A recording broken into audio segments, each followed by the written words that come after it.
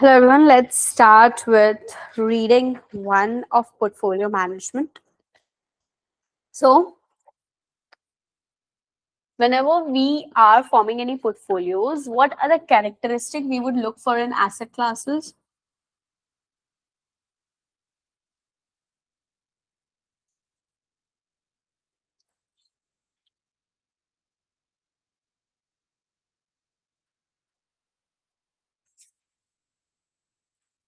So, we would look for returns and we would be looking at the risk.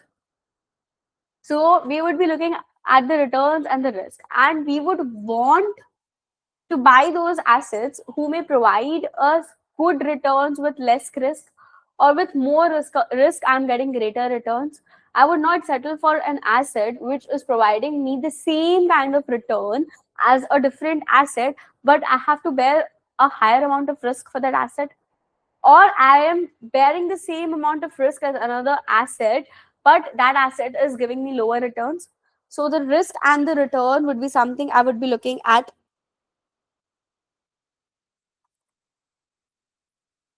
Whenever we are evaluating our investments on the basis of returns or the risk, we are generalizing them that they are following normal distribution,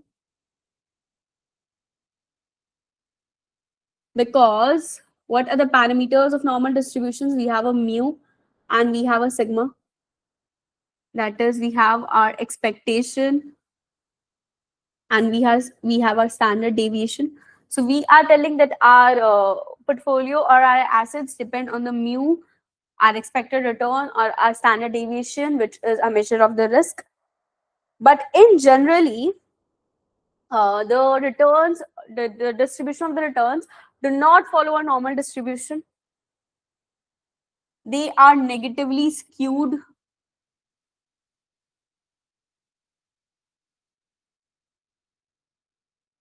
with greater kurtosis, fatter tails.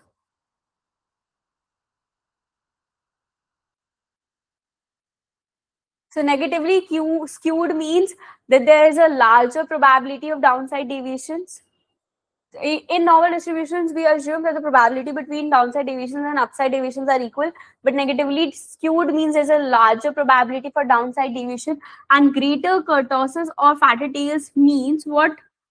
If this is my normal distribution, this would be the tails of my the distribution which has greater kurtosis or fatter tails.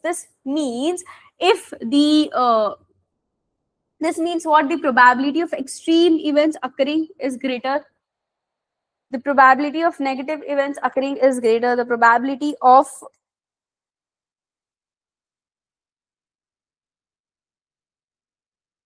upside events, upside deviations is also greater. So the frequency is greater under greater kurtosis, under when compared to the kurtosis equal to 3. If you have a greater kurtosis, if you have a fatter tail than the normal distribution, then the frequency of your upside and downside deviations are greater. Apart from the expected return, that is the mu and the sigma, expected return and the risk, the third characteristic which we look at is liquidity of my investment. The more liquid my investment is, that is, if I have an asset which I can quickly sold in the next minute without, now what is the definition of liquidity? Liquidity means that you can quickly sold an asset within a very short time frame without losing out on the value of the asset. That is, if the asset price is rupees 100, and if it's liquid enough, then I would be able to sell this asset at rupees 100 only. If I am getting rupees 90 instead of 100, it is because the asset is not liquid enough. So we also look at the liquidity of the asset, that is how quickly I'm able to sell the asset. If I'm able to sell the asset quickly without compromising on the value of the money I would be getting, then I would be okay with the amount of risk I have taken. But if the asset is not liquid enough, if the asset is illiquid, then taking greater risk. So for taking greater risk, I would also require greater returns.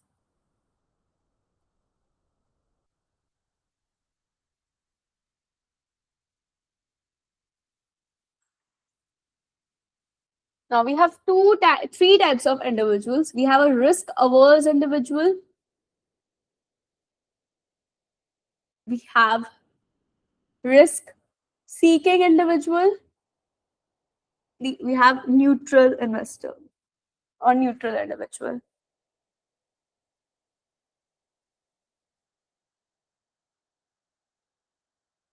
So who is risk averse individual? As the name suggests, this person dislikes risk. This person doesn't like risk. Excuse me.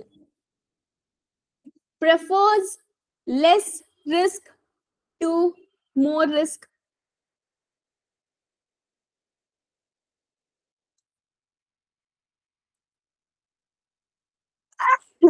So if excuse me. So if you have two assets, asset A and B, and these asset A and B, they are providing the same expected return. So this risk averse individual would go with the asset which has less risk. So if asset A has less risk, so this risk averse individual will go with asset because this individual dislikes risk. Excuse me. Whatever models we'll be discussing, we would assume that our individual is risk averse only. That if two securities, they give us the same expected return. So whatever securities, which security has less risk, the risk averse individual would be going with that. The risk seeking individual, they loves risk. They prefer more risk to less risk. So if two securities are giving the same expected return, they would be going with the security which is more risk.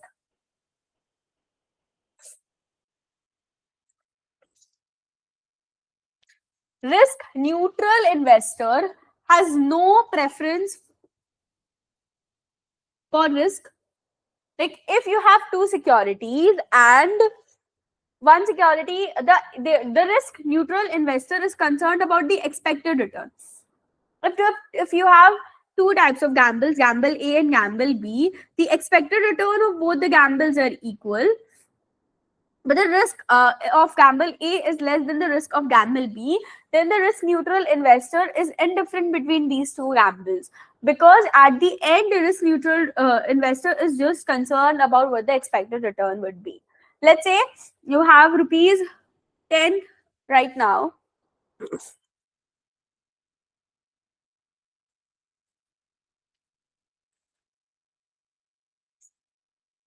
and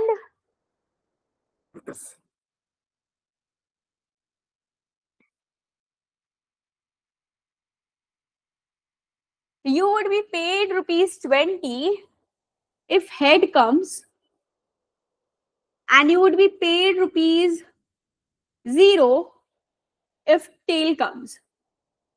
So what is the expected return under this condition? The expected return is 20 into zero point 0.5 plus 0 into zero point 0.5. The expected return is rupees 10.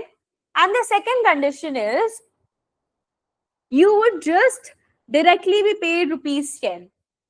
So here you do not have any risk. Here you are certain. Here you have certain risk.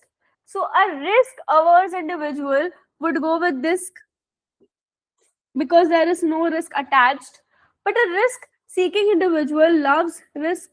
So risk seeking individual would go here. And since the expected return are the same, rupees 10 and rupees 10, a risk neutral individual would be indifferent between these two gambles, because at the end the expected return or the outcome is the same. So a risk-seeking individual gains more utility when the risk taken is more, if the expected returns are the same. So coming to the next definition, what is utility?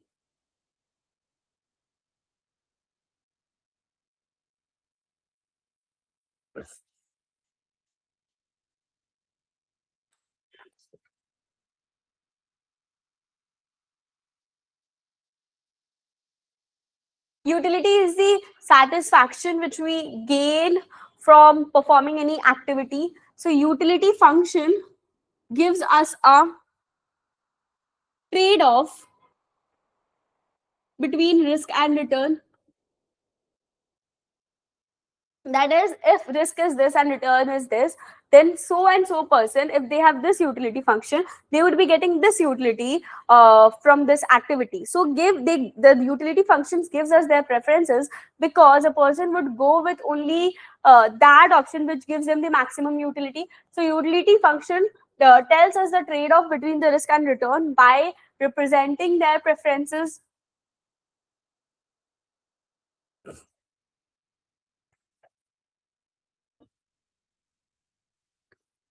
What is indifference curve? Indifference curve would be plotting those risk and return combinations. Like, let's say there are five gambles, and they have, so the five gambles would have different risk and different returns, but they end up providing the same utility. So if we have five gambles and they are providing the same utility, they would be lying on the same indifference curve, IC curve. So indifference curve gives us those gambles to which an investor which has the given utility function would be indifferent. That is, either they go with option A, B, C, D, or E. They would be indifferent to whatever choice they are making, because they are getting the same utility at the end. So if I plot my expected return on y-axis and sigma in my x-axis, this would be my indifferent curve.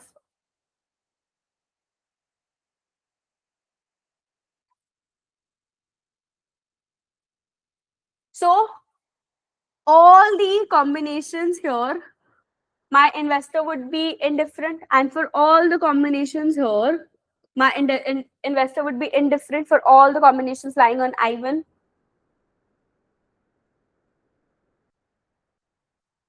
Indifferent curve slopes upward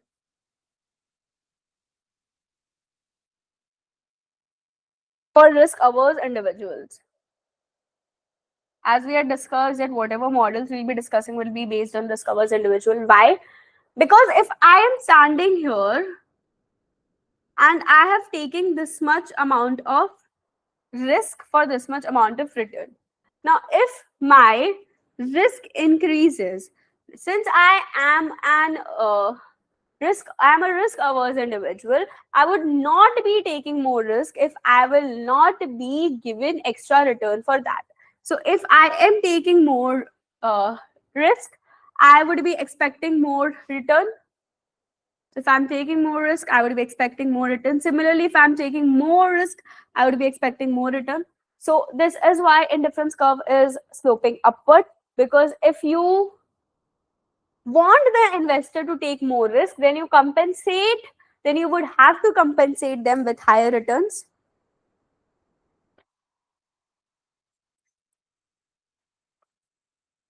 And an indifference curve of more risk averse individual will be steeper than less risk averse individual, reflecting a higher risk aversion coefficient.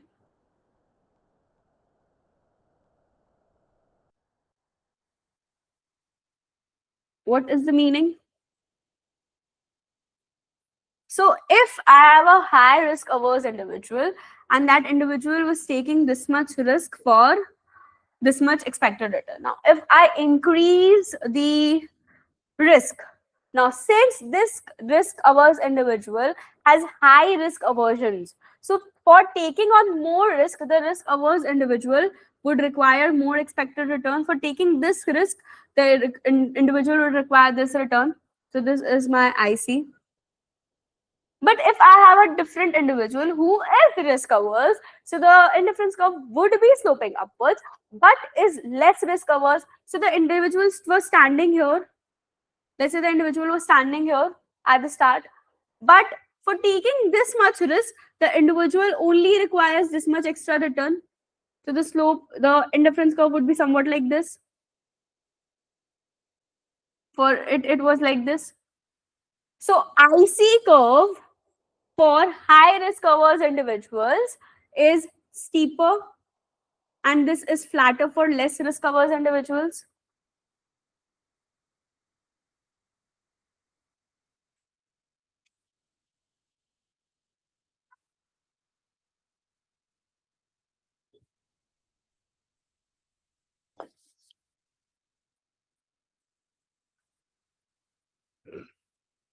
Coming to some formulas. So if I have two assets in my portfolio, then what would be the expected return of my asset would be, and what would be the variance of my asset. We have discussed these formulas in great detail in quants also. So what would be the expected return on my portfolio if I have asset A and asset B? So it would be weight of asset B A plus return of asset A, expected return of asset A, plus weight of asset B into expected return of asset B. Basically, how much expected return asset A is generating multiplied by the weight or the probability. Weight is basically the probability I'll be getting that return, and expected return of asset B would be the multiplied by the weight, or let's say I have 1 lakh rupee in my portfolio. 60,000 I have invested in A and 40,000 I have invested in B. So weight of asset A would be 60,000 by 1 lakh, which is zero point 0.6, and weight of asset B would be 40,000 by 1 lakh, which is zero point 0.4. So expected return on the portfolio is this. Variance of the portfolio would be what?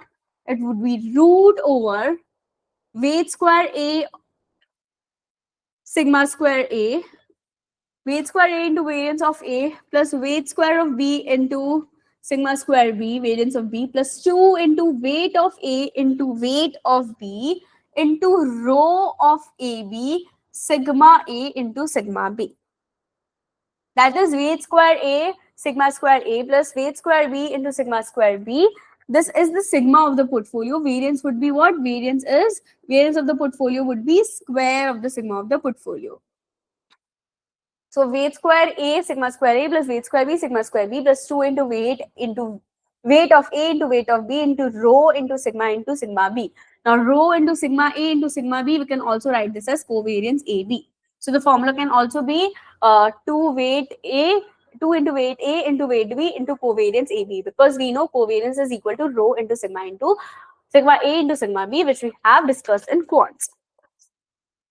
Now, this is when both the assets are risky assets. What if in my portfolio I have one risky asset, that is one risky asset is representing the whole market portfolio. I've combined the whole market portfolio and I'm representing it with one risky asset, and the other is risk-free asset. So let's say asset A is the risky asset and asset B is the risk-free asset. What would happen? Expected return on my portfolio would be how? Again, it will be the same thing, weight into A into expected return of A plus weight into B into expected return of B. This won't change. This formula won't change. What would change is the standard deviation of the return on the portfolio. Since it's a risk-free asset, the variance for the risk-free asset would be 0. And the correlation between the risk-free asset and the risky asset would also be 0. Again, here sigma B would also be 0. So these two terms would vanish. I would only be left with root into weight square A sigma square B, which is equal to weight A into sigma A. So this would be my standard deviation of the portfolio if the other asset is a risky asset.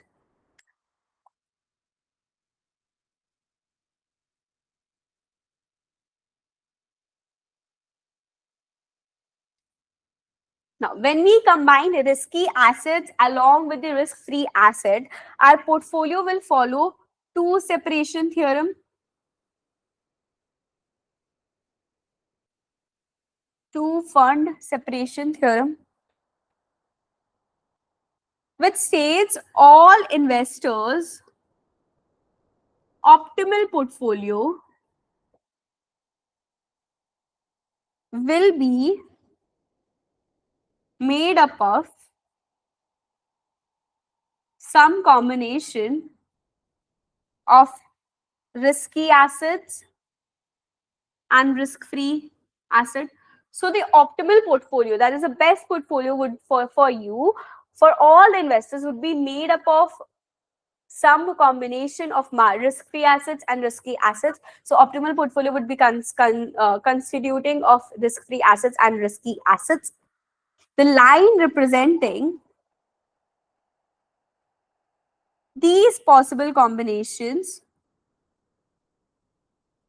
of risk-free asset and risky asset portfolio is referred to as capital allocation line. So capital allocation line is a line which represent the various possible combination of the risk-free assets and the risky assets.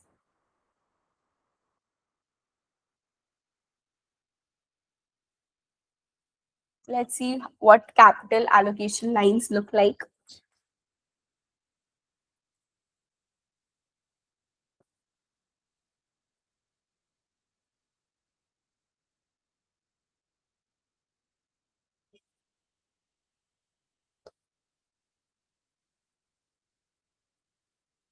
So this is the sigma of my portfolio, and this is the expected return on the portfolio, and this is the sigma of the risky portfolio, and this is the expected return on the risky portfolio. This would be the capital allocation line. So it denotes the various possible combinations. This was a risky portfolio, but since we have added some risk-free asset also to it, so the sigma has increased. Since the sigma has increased, the expected return will also decrease.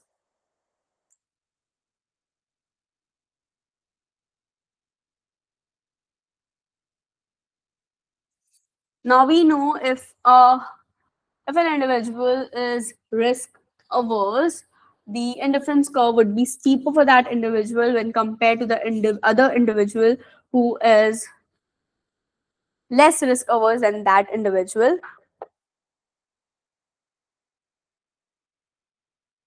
Also, if I have three indifference curves, I1, I2, I3,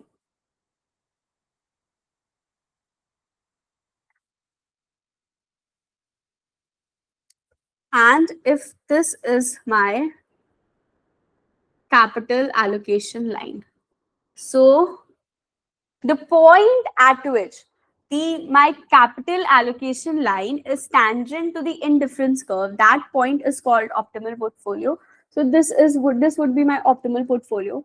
Now the portfolios on I1, they all have greater utility than I2, the portfolios on I2, but I can't afford I1, the portfolios on I1. Similarly, the portfolios like this can also be the point of my optimal portfolio.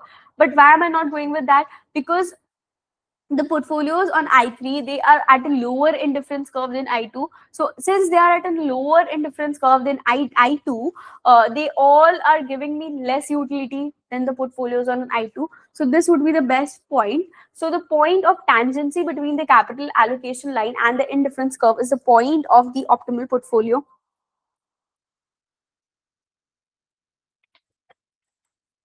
Now, so the individual who is less risk averse will have what? Less risk averse will have a flatter indifference curve. So this is the individual who is less risk averse. This is the indifference curve for that individual, and this is the indifference curve for the individual who is more risk averse. And this is the capital allocation line. This was our X. A is the optimal portfolio for the individual who is highly risk averse. So for the individual who is highly risk averse, the risk averse individual would want to take on less risk. And since the risk averse individual has taken on less risk, this means the risk averse individual has less amount invested in the risky asset portfolio because the risk has reduced. And since this person B has less risk aversionness when compared to person A, the riskiness is greater than the market portfolio because this individual has more amount of risky assets in its portfolio.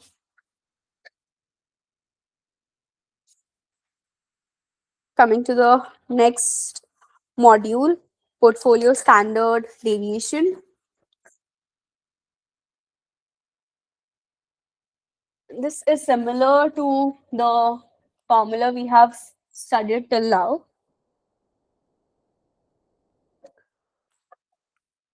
The population variance is what the variance is basically what the difference, the deviation from your mean, the deviation from your average mean, and you square that. So variance is what RT, RT, if RT is my return, which I know for whatever summation Ti runs from 1 to n. So for n periods, I know R1, R2, R3 up to Rn is the return on my portfolio for n periods minus the mu, minus the mean, and I will be squaring this by T. T is the total time period I have. So this would be the variance of the portfolio. Variance of the population variance. Now what is the difference between population variance and sample variance? Instead of n in the numerator, we take n minus 1. Again, we have discussed this in quants. Why do we take n minus 1? Because under if you take only n, then your then your sample variance may not be the unbiased estimator of your population variance, because the variance in a sample would be less when compared to the variance in the population given the number of elements you would be having in the sample. So we decrease the denominator so that our whole value increases. So we would mostly be asked to calculate sample variances only. So this is the formula for sample variance. Simple and similar, but only the differences between t minus 1. Now, coming to covariance and correlation. Covariance measures how two commodities or securities would move together. That if the covariance is negative, that is if one security is increasing, the other decreases, and vice versa. And if covariance is positive, it means if one security is increasing, the other is decreasing. If one security is increasing, the other is also increasing. So covariance measures the extent to which variables move together. Again, we have discussed in quants what covariance and correlation are. So what is the formula for covariance? Covariance 1 and 2 is sigma I runs from 1 to n. We take the absolute differences, RT minus 1 minus R1. The R1 bar is the mean of the return on the first security by RT comma 2. This is the return on the second security at time 1, 2, 3, 4 up till t, time t respectively. RT comma t minus R bar, RT comma t minus R bar 2. R bar 2 is the mean of the second security. So we take the absolute differences, multiply them, and divide it by capital T minus 1. So this is covariance. Then we go from covariance to correlation. Why? Because covariance has some units. Covariance is unit square, and covariance just tells you that okay, if this is positive, then the securities would move together. Negative, then they would move in the opposite direction. But it doesn't tell you the strength of this relation. So from covariance we move to correlation. What is the formula for correlation? Correlation rho 1 comma t is equal to covariance 1 comma t divided by sigma 1 sigma 2. So covariance 1 comma t is equal to correlation 1 comma t sigma 1 sigma 2. So if covariance is +1, this means what? That both the securities, they move in the same direction and they have a perfectly strong correlation, perfectly positive correlation. If this security moves by this, if one security moves by 10%, the other security also moves up by 10%.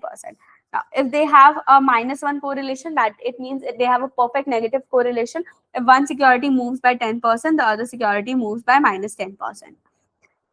And if they have a correlation in like 0.95, 0.90, so it means they have a perfect positive, they have a strong positive correlation. If one security moves up by 10%, the other security may move up by 8% or 9%. If they have a strong negative correlation, so if one security moves up by 10%, the other security may fall by 8%, minus 8%. Now, a correlation of zero means that, this is very important, if the correlation of it is zero, it means that there is no linear relationship between these securities. It doesn't mean that they are uh, you know they are uncorrelated, but it doesn't mean that they do not have any relationship between them. They just do not have any linear relationship between them.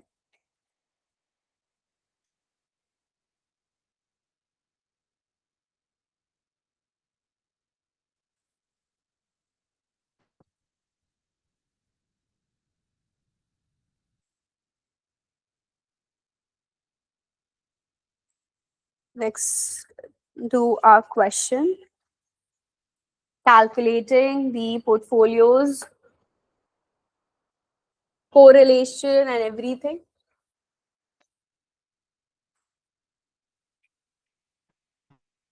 So you have 3 years, you have asset A and asset B.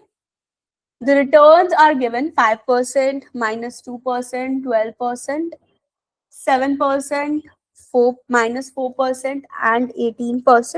You have been asked to calculate the correlation. So first we'll be finding the mean return. So basically expected return of asset A and return of asset B bar. So first we'll be needing this. So what would be the mean? 5% minus 2% plus 12% by 3 is the mean. What is the answer here? Answer here is 5%.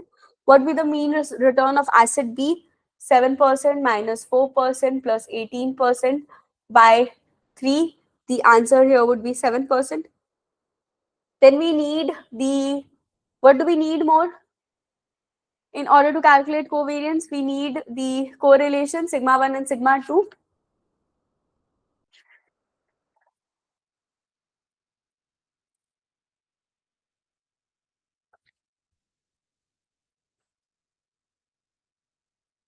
In order to calculate correlation, we need covariance sigma 1 and sigma 2.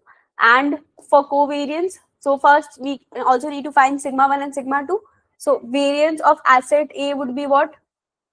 RT minus R1 bar, basically 5% minus 5% whole square plus minus 2% minus 5% whole square plus 12% minus 5% whole square divided by, since we are calculating a sample variance, divided by 3 minus 1.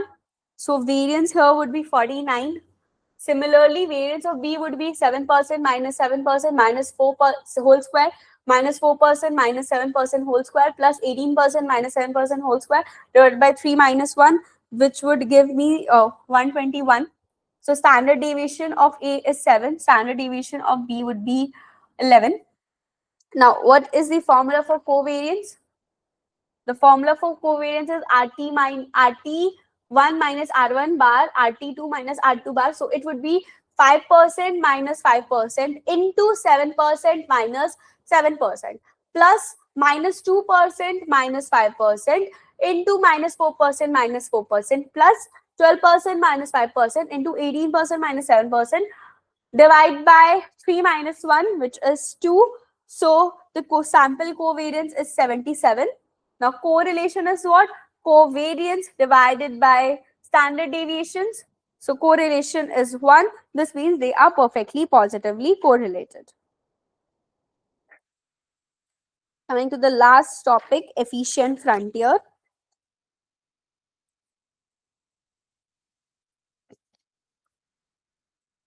So if two risky assets, they are perfectly positively correlated. That is, our rho is 1. So we know what is the standard deviation or standard deviation of my portfolio. It is root over WA square sigma A square plus WB square sigma B square plus 2 into weight A into weight B, rho A sigma B. So I know this. Now, if my rho, if the securities are perfectly positively correlated, if rho is 1, then this formula becomes what? Weight A square plus A into sigma A square plus weight B square into sigma B square plus 2 into weight A into weight B into sigma A into sigma B. So how does this formula look now? X square plus Y square plus 2 into XY. So this is X plus Y whole square. So I'm left with WA sigma A plus WB sigma B.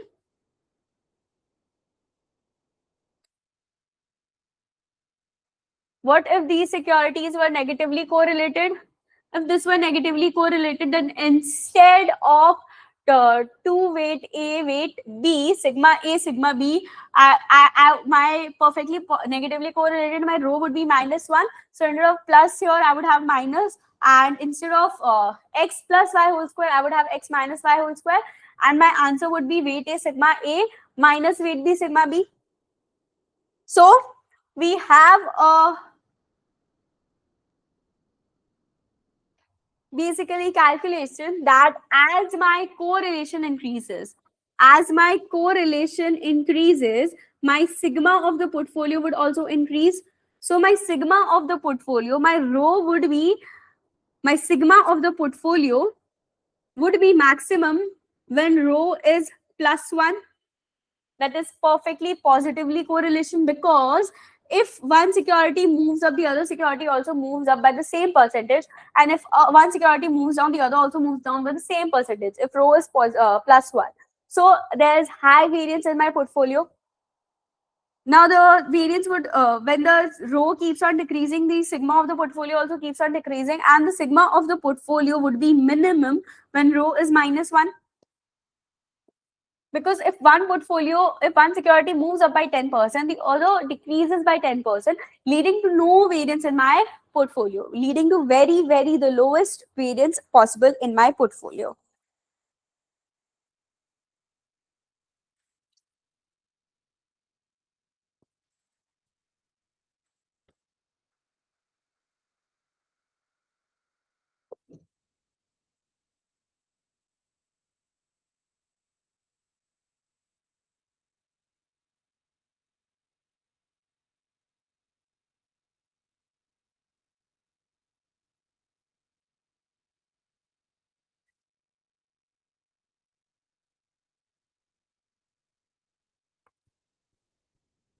So for each level of, coming to the last topic, each level of expected return we have, let's say I want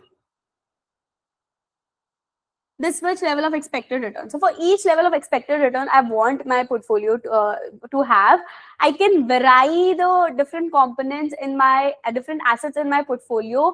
Like I can change the weights of different assets I have in my portfolio, so that whatever portfolio I'm making at the end, it has the lowest risk possible. So what would my aim would be? My aim would be to make a portfolio with minimum variance. So I would want portfolios which have minimum variance portfolios. And these minimum variance portfolios, that is, let's say I have decided that I want an expected return of 8%. So for an expected return of 8%, I would try to make a portfolio which has the minimum variance. Then let's say I decided that I also want 6%. So for 6%, I would get a portfolio which has a minimum variance. So cumulatively, all these minimum variance portfolios, they cumulatively combine and form minimum variance frontier.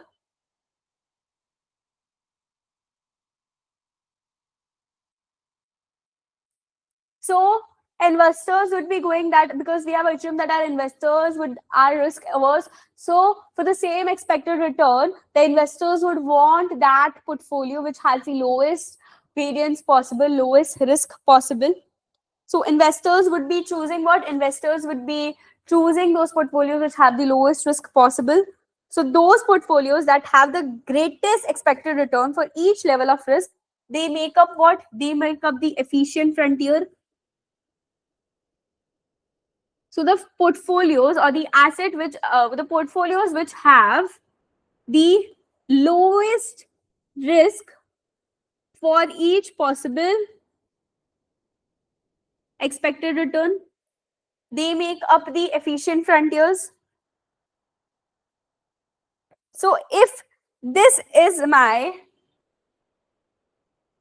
minimum variance portfolio, this would be what? This would be my global minimum variance portfolio.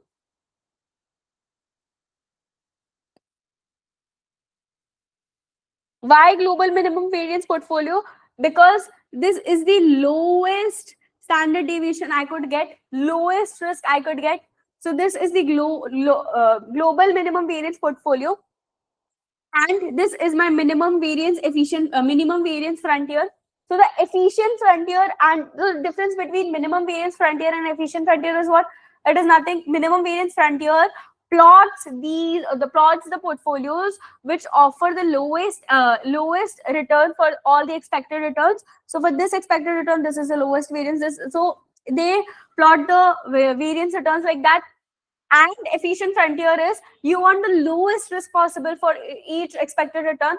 So the efficient frontier and the global efficient frontier coincides after the global minimum variance portfolio point.